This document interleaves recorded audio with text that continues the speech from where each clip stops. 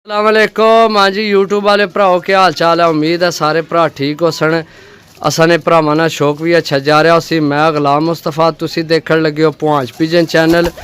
माशाल्लाह जनाब गोल्डन मादी सही है तो टैडी नार एक अद्धा जोड़ा लैके आया उन्होंने भरावां वास्ते जेड़े कल जनाब कह रहे सन कोई मुनासिब जोड़ा लगाओ, मुनासिब जोड़ा लगाओ सही है। या दूसरा जोड़ा जेड़े भरा ने भी 3-4 हज़ार रुपये ना मिल जाए सही है। उन्होंने वास्ते जोड़ा लैके आए हैं जनाब। जिस भरा लैना हो 0325 52 40 630 सही है। मादी चेक करो जनाब। बाकी जिन्हें भरावां चैनल सबसक्राइब नहीं किया सबसक्राइब करो ताकि असी जिहड़ी वीडियो लगाइए अपने भरावां तक आसानी नाल पहुँच सके।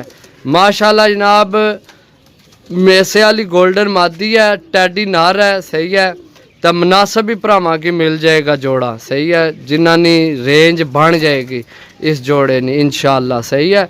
बाकी जनाब चैनल लाजमी सबसक्राइब कराया करो, वीडियो साड़ी देखा करो ताकि जनाब बाद कई भरा ने जनाब तुसा दसिया को नहीं तो जोड़ा असा लैना सी या कबूतर लैने सन। तो असी इस गल आने कि जनाब यूट्यूब ते असी हर वीडियो यूट्यूब ते लाजमी लगाने तो बैल की दबा के तो आल तक क्लिक कराया करो ताकि सारिया वीडियो तुहाडे तक पहुँचण आराम नाल सही है। तो बाकी इंशाल्लाह जनाब यह बहुत मुनासिब रेट ते तुहानू जोड़ा मिलेगा सही है। टेंशन नहीं लैनी, इतना महंगा जोड़ा कोई नहीं सही है।